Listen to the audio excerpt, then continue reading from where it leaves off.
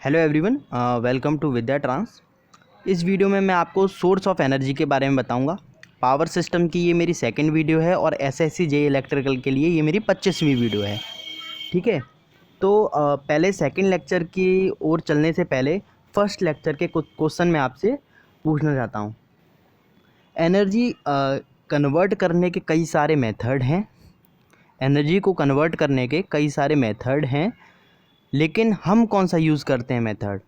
किसी भी एनर्जी को इलेक्ट्रिकल एनर्जी में चेंज करने के लिए कई सारे मेथड हैं, लेकिन कौन सा मेथड हम लोग यूज़ करते हैं? पहला क्वेश्चन।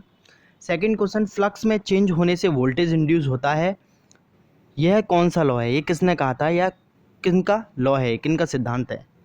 एसी ट्रांसमिशन और डीसी ट्रांसमिशन दो तरह की ट्रांसमिशन है, लेकिन हम कौन से ट्रांसमिशन को यूज़ करते हैं? पावर ग्रिड क्या है? ये सारे क्वेश्चन के आंसर आपको कमेंट सेक्शन में मुझे देने हैं। ठीक है, तो अब अपना लेक्चर स्टार्ट करते हैं सोर्स ऑफ एनर्जी से। एनर्जी का मतलब काम करने की योग्यता है, एबिलिटी है काम करने की। ठीक है, जनरल भाषा में हम एनर्जी को ऐसे ही डिफाइन करते हैं, लेकिन इंजीनियरिंग लैंग्वेज में एनर्जी प्रॉपर्टी है ऑब्जेक्ट की, जिसको इंटरैक्शन के द्वारा ट्रांसफ़र किया जा सकता है।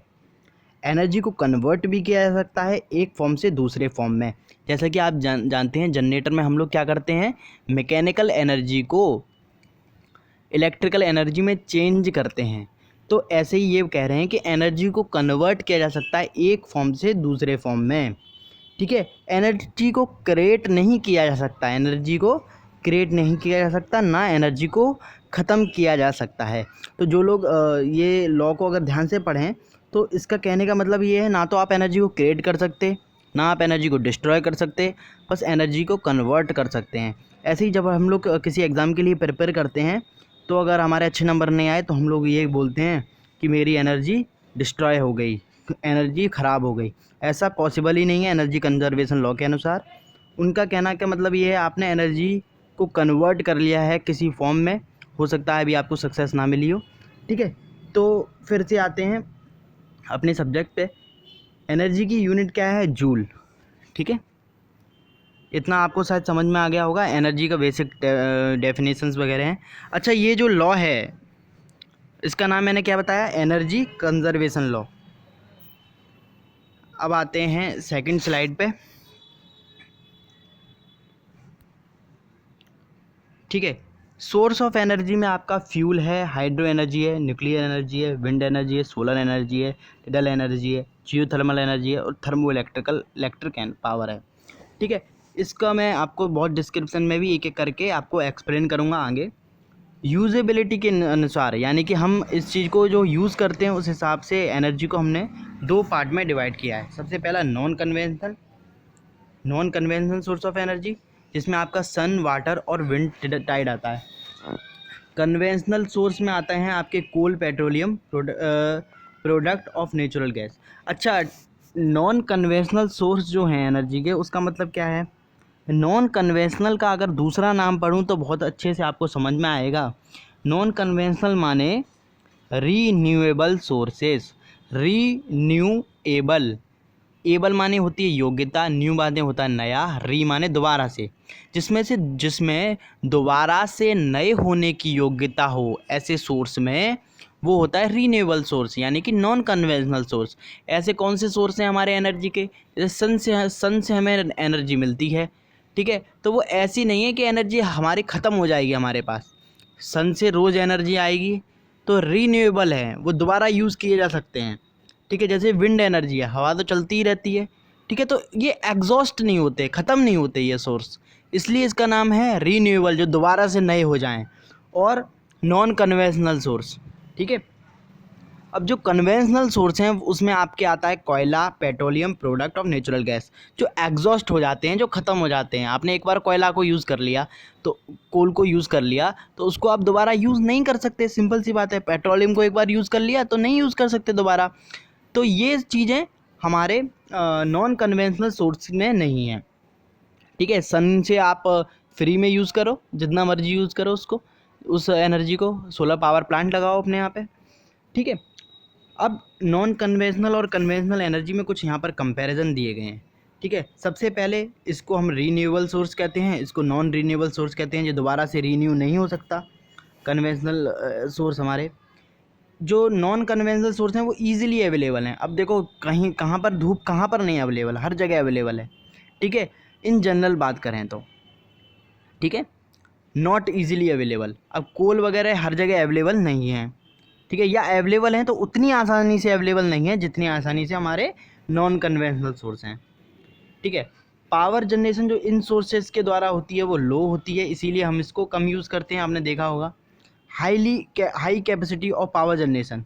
अब जो हमारे यहाँ पावर इंडिया में जनरेट होती है वो ज़्यादातर जनरेट ही कन्वेंशनल सोर्स से होती है, ठीक है। एनवायरनमेंट कंडीशन पर डिपेंड करता है, जैसे कि मान लीजिए आप सोलर पावर प्लांट का इस्तेमाल कर रहे हैं, बारिश हो गई, बादल आ गए, तो कहाँ से इससे एनर्जी जनरेट हो पाएगी? कन्वेंशनल नॉन कन्वेंशनल सोर्सेज से। तो ये एनवायरनमेंट कंडीशन पे डिपेंड करता है, कोयला वगैरह एनवायरनमेंट कंडीशन पे डिपेंड नहीं करता। तो ये बात शायद आपको बहुत अच्छे से समझ में आई होगी। अब नेक्स्ट स्लाइड पे चलते हैं।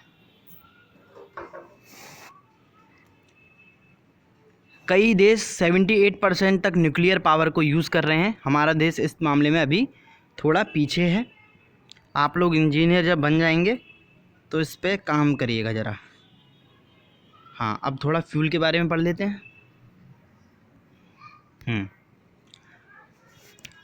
फ्यूल क्या होता है? फ्यूल जिसको हवा और ऑक्सीजन के साथ जलाने पर large amount of heat develop होती है, ठीक है। जो कुल मिला के बात कहने का मतलब इतना है, जो हीट को डेवलप करे वो क्या है? फ्यूल। फ्यूल कंपोज्ड होता है, माने कि फ्यूल मिलकर बना होता है कार्बन और हाइड्रोजन से। ये क्वेश्चन भी आ सकता है, ठीक है। फ्यूल को जलाने के बाद जो एनर्जी हीट के रूप में मिलती है वह केमिकल एनर्जी होती है। तो जब भी मैंने आपको इलेक्ट्रोमैकेनिकल एनर्जी कन्वर्जन बताया था तो मैंने आपको ऐसे बताया था कि एनर्जी कन्वर्ट होती है, कोई भी एनर्जी कन्वर्ट होती है इलेक्ट्रिकल एनर्जी में, ठीक है। तो जब मैंने आपको बताया था कोई भी एनर्जी कन्वर्ट होती है इलेक्ट्रिकल एनर्जी में, तो मैंने एनर्जी क्लियर नहीं की थी। वो इसीलिए नहीं क्लियर की थी क्योंकि जो एनर्जी है वो कई सारी एनर्जी कन्वर्ट होती हैं।